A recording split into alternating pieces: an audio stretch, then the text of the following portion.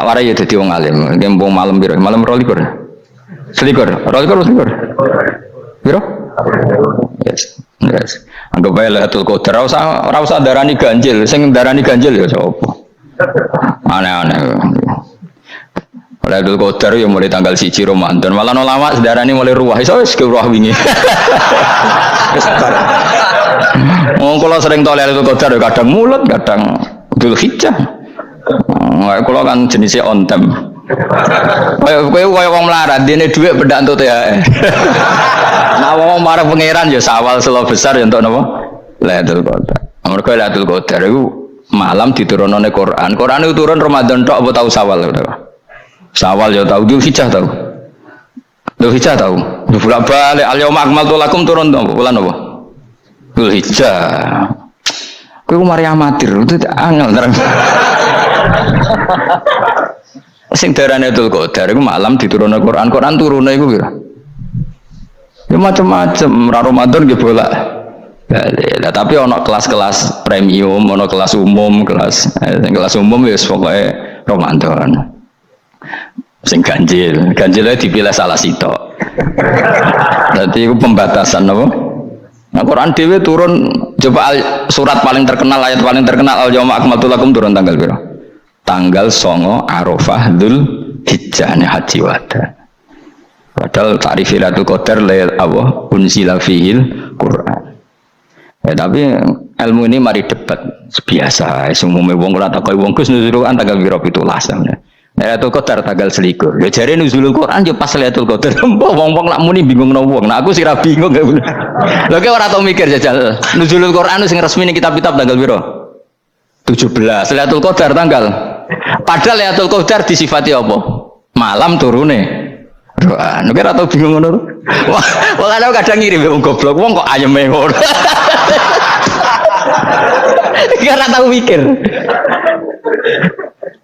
Aku men goblok-goblok. Dadi ana ilmu paradok barang ya tenang, santai. Padahal ya tak bedhek ya nuzul Qur'ane tanggal piro sing resmi cara kitab-kitab.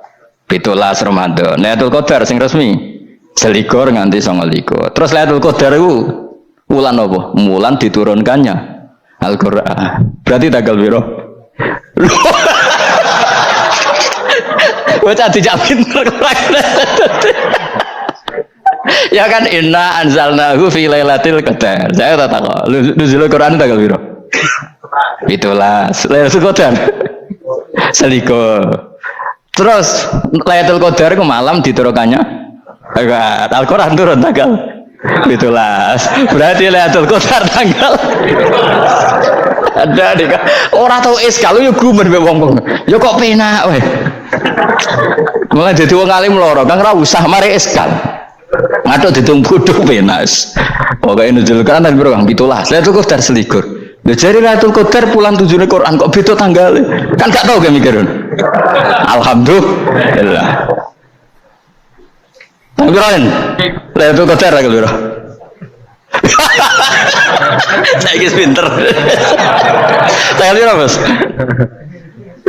Itulah berarti sekeliwat. Jadi ilmu itu kabeh bingung no kan. Ya biasa bingung. Mulane yang bodoh barokah. Barokah. Kula cara ora dipilih pangeran nggih milih dadi wong bodoh, tapi wong pangeran milih kula dadi wong pinter jadi tak syukuri wae. Tapi kadang kula iri, wong bodoh ku iri. Modele penak urip santai. Ya saiki ya Lailatul Qadar iku sifate apa? Inna anzalnahu fi lailatul. Normale kan ainun nuzulil Quran yo ainul lailatul qadar. Berarti tanggal piro? Dorawani lagi. Innalillahi wa inna ilaihi raji'un. Kita warai ilmu cara wong alim. Meskipun sampean boleh bantah siji yo kadang keterbatasan ilmu. Nomor loro hasud, bantah kan sebabnya macam-macam. Hasud, nomor telu bantah gue kegiatan. Kayak wong kuliah agak kritis kan darani ra pinter. Jadi cocoklah ya kudu bantah. Nggo khas-khasan cerdas apa? Nomor 4 bantahan itu sifatnya wong wedok. Menang kalah protes. Berarti kowe ora lanang, berarti wedok, tukang protes wedok. Nomor 5 bantah itu berarti dia punya keiskalan tapi nggak bisa keluar dari keiskalan itu. Jadi problem Anda ditimbangkan ke saya, itu ya ora sopan. Problem-problemnya dewe kok ditimbangkan ke saya. Begini tak terang no. Hukumnya Allah Ta'ala itu ada yang berstatus itu lugu. Lugu itu ya lugu ummi, karena agama ini memang ummi. Ummi itu lugu. Sehingga agama ini tidak perlu diterangkan. Ketika Abu Hanifah, agama ini ketika datang itu orang lugu. Lugu itu murni. Murni itu proporsional. Sehingga sifat ummi itu baik. Misalnya saya bilang gini, rungon awas kena keliru. Kalau kamu sholat itu batal kalau makan. Itu ukurannya satu upo apa satu piring? Satu upo kan? Itu sudah batal. Terus kalau saya bilang gini, Jong nak tamu keimangan, itu sak piring tak saupo. Ndak jawab ya. Sak piring, ora iso misal, tak keimangan gue sak upo sing penting. Nah, lalu Anda ditanya gini, lalu definisi makan itu apa? Memasukkan satu piring ke mulut apa satu upo ke mulut? Dalam bab sholat satu upo ke mulut itu makan, tapi dalam bab hormat tamu itu satu piring. Setuju ya? Tawari pinter kayak. Ayo tawari yo. Wes setuju ya? Wes pinter. Lo jawab wes pinter. Urung. Lailatul Qadar ya kok. Misalnya Lailatul Qadar menjadi super karena ada sesuatu yang super turun, yaitu Lailatul Quran. Jadi menjadi super karena yang turun adalah sesuatu yang super, dan itu artinya tanggal. Loh, salah nih aku cek. Iku teke tanggal 21 kabeh sing ngaji ning ngene. Wes jelas inna anzalnahu fi lailatul qadar. Rujuke ning ndi? Quran kan? Wa ma adraka ma lailatul qadar. Lailatul qadri khairum min alfi syahr. Makanya Lailatul Qadar itu ya bisa saja tanggal 1 kemarin sudah kelewat. Buat entah ini jebelis baris dada atau mungkin Saban. Jadi perdebatan ulama tentang Lailatul Qadar, malah ada wali yang bilang saya tiap hari mendapat Lailatul Qadar. Nah, itu malah kelas meneh, malah pusing, malah apa? Pusing. Udah gak usah mikir itu. Jadi hukumnya Allah itu ada dua. Ada hukum itu lugu dan ini bagus. Makanya saya itu kenangan saya terbaik dalam membela Allah dan Rasul. Saya ulang lagi, kenangan saya terbaik dalam membela Allah dan Rasul itu masalah faraid. Dulu mungkin banyak yang ingat lah ketika tahun berapa lupa saya, tapi ada seorang menteri dan pakar Islam menggulirkan isu hak waris itu sama, lelaki dan perempuan sama. Alasannya karena perempuan sekarang kerja. Jadi gara-gara kesamaan gender kemudian mereka ingin bagi waris itu apa? Sama, lidzakari mislu hadzil unsayain itu ditentang. Gerakan itu pernah menguat, termasuk yang bisa dengan tanda kutip bisa menghentikan gerakan itu termasuk itu saya. Yang punya pikiran gitu tak parani, tak tantang begini. Saya bilang gini, Anda ngomong ini itu karena pinter apa karena tren? Tak tanya, ya karena pinter. Saya ini kan orangnya keren, punya kepangkatan jos lah. Ya kepangkatan jos, kepangkatan dunia, mesti cara pangeran bojos ora ya ora. Cara ukuran dunia itu jos lah. Tak tanya, saya itu Pak, termasuk yang setuju gerakan kesamaan gender. Dulu kan lelaki perempuan itu beda sekali karena lelaki kerja perempuan tidak. Sekarang sama-sama kerja maka warisnya harus sama. Terus saya tanya gini, lalu penyebab warisan itu kerja apa lelaki? Dia jawab kerja. Dia nggak ngerti kalau ngadepin saya. Saya ini kan orang alim yang biasa belajar mantek. Dia ini roh nak aku ngalim. Sembrono ya jadi ini.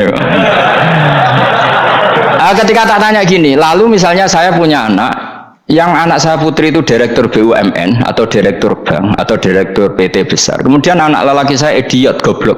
Warisannya dikasihkan siapa? Kalau kerja adalah alasan dapat warisan, berarti anak saya perempuan itu yang dapat warisan dong. Anak saya lelaki kan idiot, nggak kerja.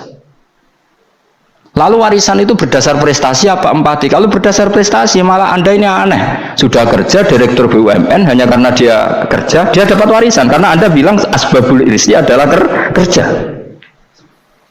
Kalau saya bilang karena empati, saya juga gak fair. Yang kerja juga butuh modal gak saya warisi, tapi yang idiot tak warisi karena warisan berdasar empati. Lalu Anda milih mana? Bingung deh namanya. Sampai dia ikrar, saya belum pernah mendapat perlawanan seperti ini karena Anda ngomong sama orang-orang goblok, kata saya. Terus saya bilang, saya ini ngaji Wahab khatam berkali-kali. Anda mungkin baca kitab Wahab itu hanya terjemah. Maka menurut Islam yang menjadi hak waris itu sebabnya zukurah wal unasah, kelelakian menjadi dapat 2 bagian, keperempuanan menjadi 1 bagian, dan itu Islam tidak mau urusan dengan prestasi maupun empati, mujarrodul zukurah dan mujarrodul unusah. Sehingga dengan seperti ini tuh Islam nggak ribet. Coba kalau kamu pakai ilatul hukmi, pakai cara berpikir logika, malah ruwet. Karena tadi kalau kesamaan gender itu karena perempuan kerja, lalu misalnya yang lelaki idiot misalnya atau pengangguran, warisan kamu kasihkan siapa? Kalau kerja itu menjadi alasan hukum, kamu kasihkan yang perempuan kan? Aneh enggak? Yang sudah kerja malah kamu kasih warisan, yang nganggur enggak? Berarti berdasar prestasi atau berdasar empati. Kalau kamu dapat warisan, idiot dulu dong, idiot dulu, goblok dulu, kecelakaan dulu, baru dapat warisan karena dapat empati. Yang sudah PNS enggak perlu dapat warisan karena sudah juga ruwet. Fikih seperti ini ruwet gak? Ruwet. Nah, kata Imam Haromen gurunya Ghazali, agama itu kadang dinuna dinul ajais, kita ikut yang lugu saja. Allah bilang lelaki dapat 2 bagian dari perempuan, ya lelaki ya yang punya alat kelamin, penis. Perempuan yang punya farji, ya sudah gitu aja, gak usah ruwet-ruwet. Kenapa begitu? Ya sudah seperti itu. Nanti lama-lama gini kalau diterusin. Ada seorang dokter fikih perempuan, dia menguasai fikih sholat. Ruhin lanang tapi gak nguasai fikih sholat, rohnya mau pesolatan misalnya. Lalu yang jadi imam siapa kalau berdasar prestasi? Perempuan dong, karena dia doktoral fikih sholat, dia nguasai aneh-anehnya sholat. Goro ibu masaili sholat dia nguasai. Sementara Ruhin takoi sholat itu apa? Pokoknya ini gugus ngadeg terus lugu, terus ngadeg malah apa? Ada mulan, nak salam ngalerian. Dia tahunya hanya itu dok. Lalu kalau nuruti imam sholat adalah yang terpandai dalam fikih sholat, tentu yang imami perempuan. Tapi agama ini tidak seperti itu. Pokoknya wong lanang imami, wong beda. Jadi makanya kata Imam Haromen, dinuna dinul ajais. Sampai Said Muhammad itu sering ngutip beliau gini kan, Allahumma imanan ka imanil ajais. Ya Allah, semoga iman saya menerima konsep engkau itu ka imanil ajais. Imannya wong wedok-wedok sing lugu. Ajis itu perempuan lugu yang sudah sepuh. Jadi misalnya ngukur anak seneng ya anak kono gedang goreng, ngekei duit, ya lugu saja. Itu bagus.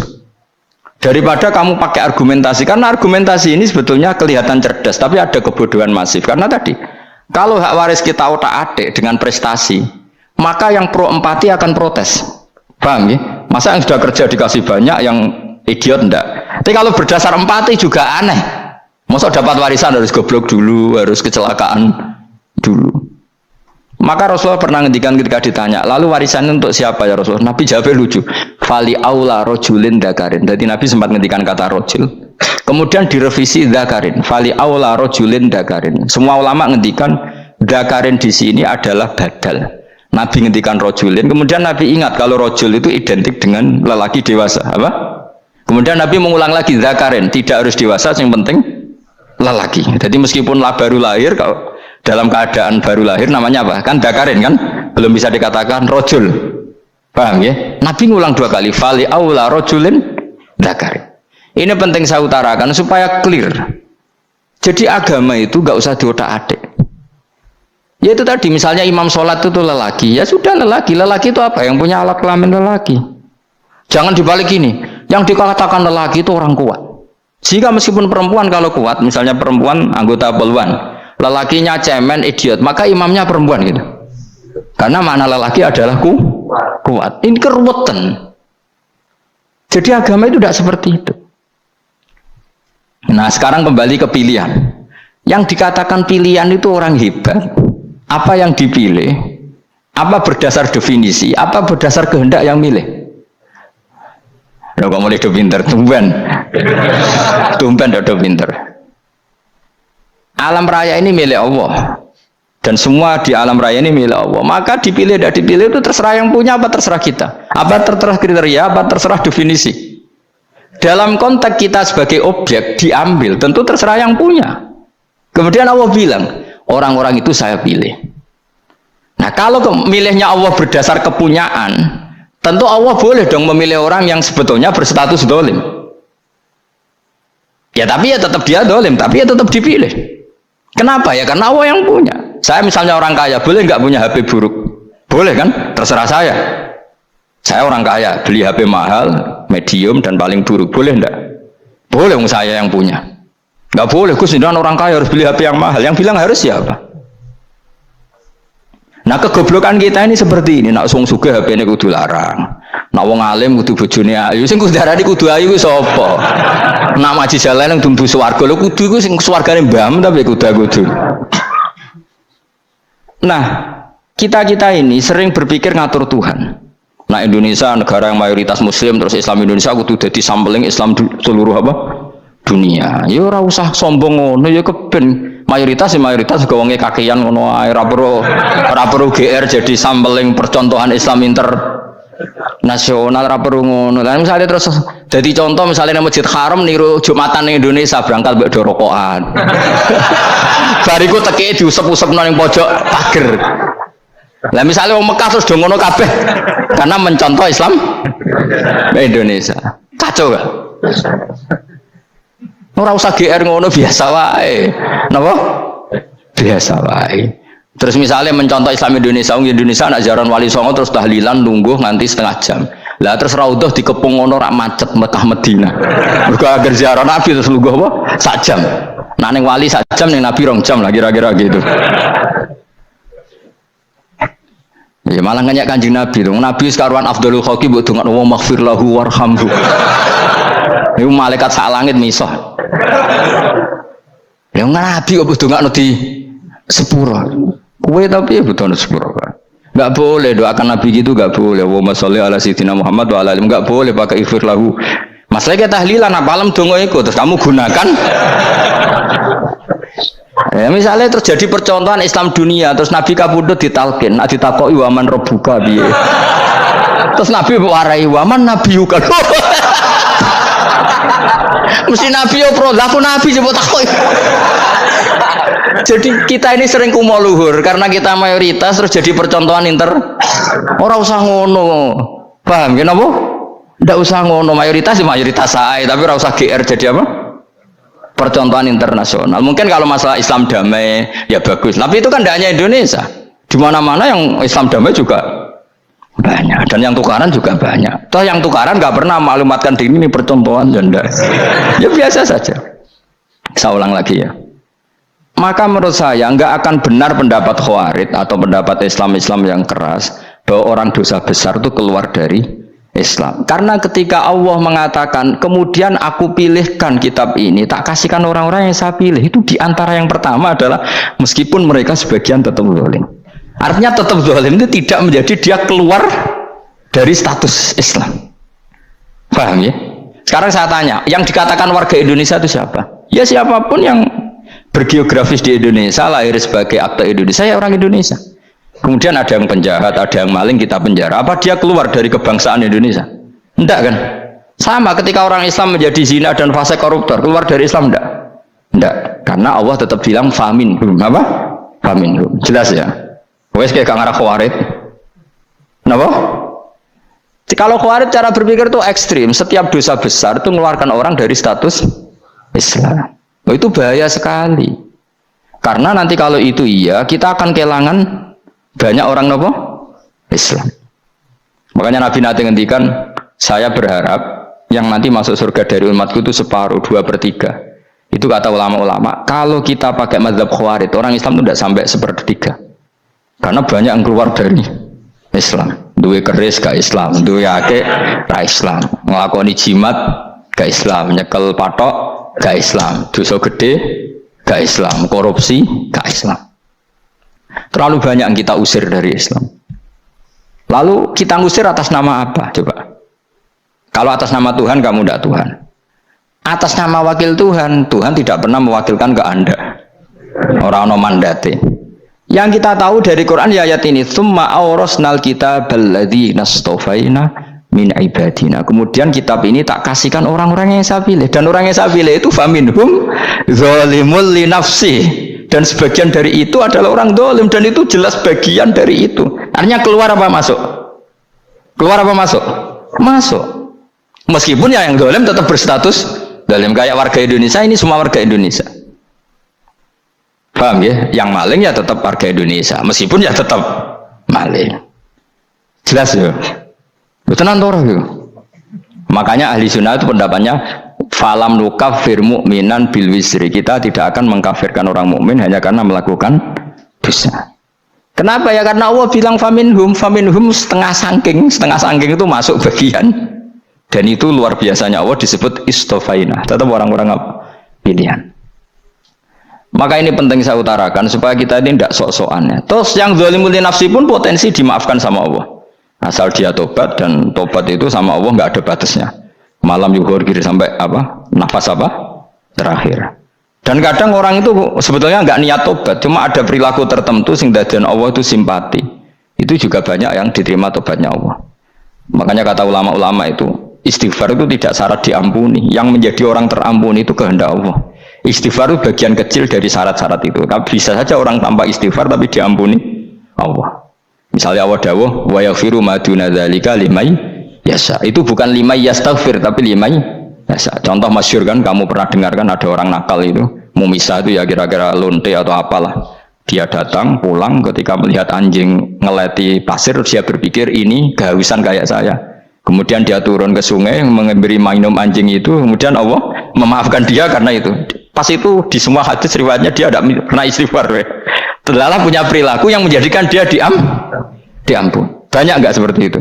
Banyak, makanya wa yaghfiru ma duna dzalika liman yasha. Mayasa itu ya yang digedaki Allah.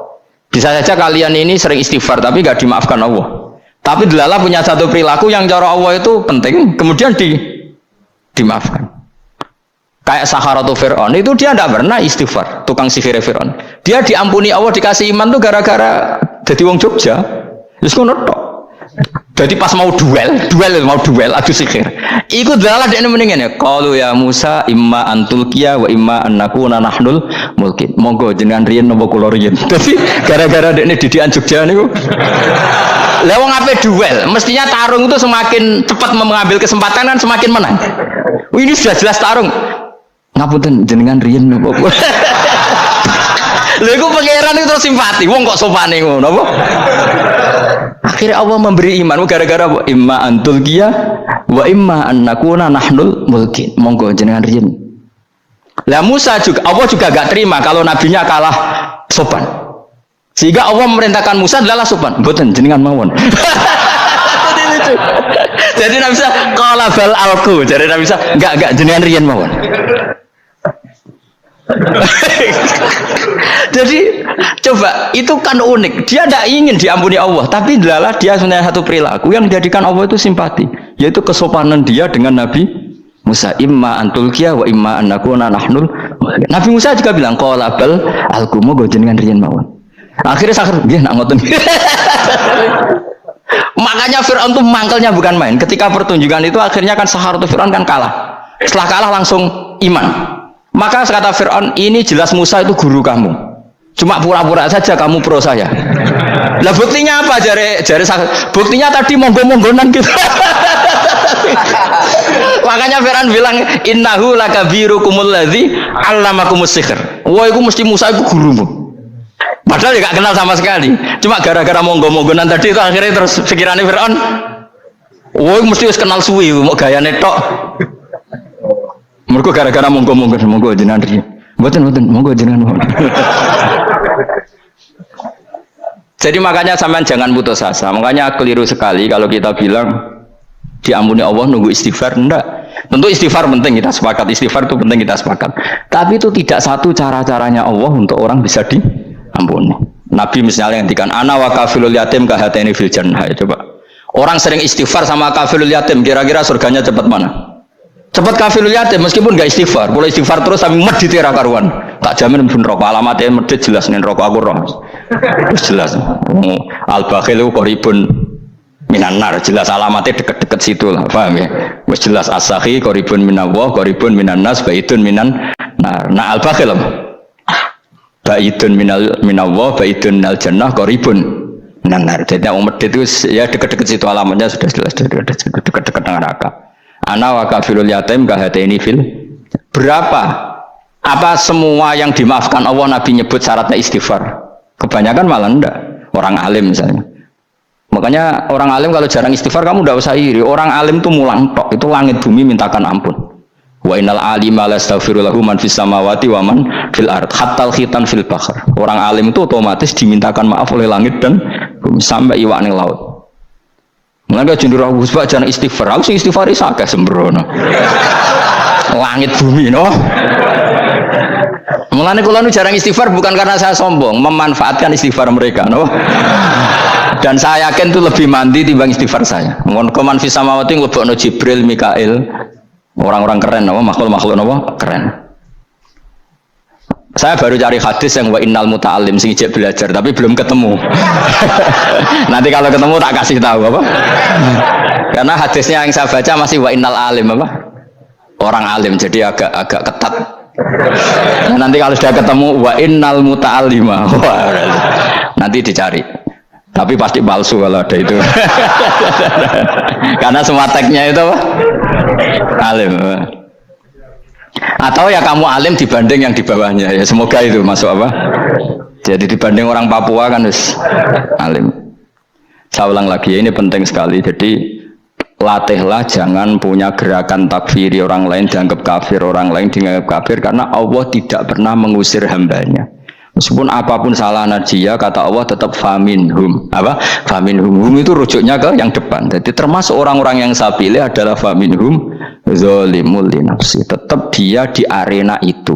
Nisbatnya Islam ya tetap di area Islam itu. Meskipun yang ya kayak warga Indonesia coba. Warga Indonesia itu siapa? Yang terlahir di Indonesia dan berKTP berkartu keluarga Indonesia sudah. Nanti tentu yang bajingan tetap bajingan, yang koruptor tetap koruptor. Tapi menjadi warga Indonesia terus keluar dari warga Indonesia. Tetap warga Indonesia. Kira-kira seperti itulah analoginya. Tetap istofaina, tapi tetap berstatus faminhum zalim. Tapi rujuknya kan tetap faminhum ikut setengah sangking alladzinas tofaina. Mulane ngaji sing tenanan. Kowe ora usah anut khawarit. Khawarit itu apa? Ngamukan. Sidik-sidik wong liya salah itu apa-apaan. Loh saya juga mangkel be wong zalim. Semua orang soleh mangkel be wong zalim. Tapi ya dihukum saja. Misalnya dalam Islam ada qisas, ada had.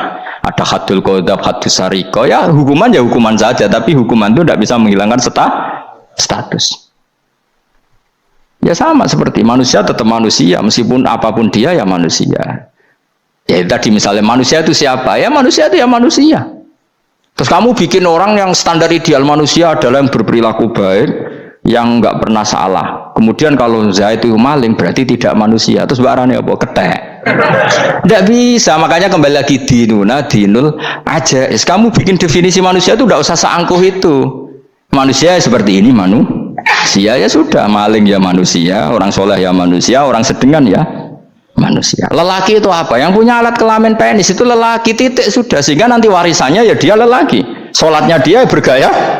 Kamu tidak usah bilang gini, lelaki adalah yang cakap memimpin, yang maco, yang kuat. Jika kalau tidak seperti itu namanya perempuan.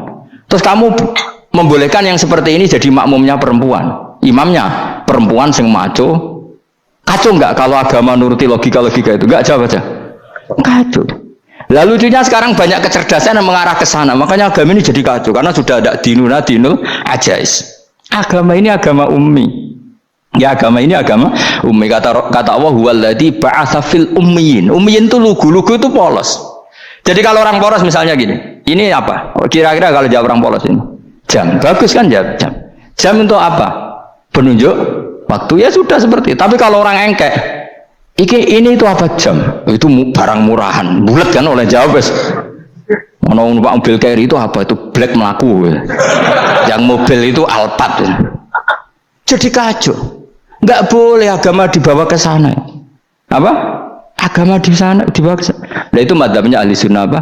Wal jamaah. Ketika Rasulullah ngendikan la yu'minu ahadukum hatta yuhibba li akhi, orang kok diarti ini orang iman. Jika yang menyalahi itu tidak iman, tidak seperti itu cara mengartikan ahli sunnah wal jamaah. Karena status itu tidak pernah hilang. Yang hilang hanya kesempurnaannya. Paham ya?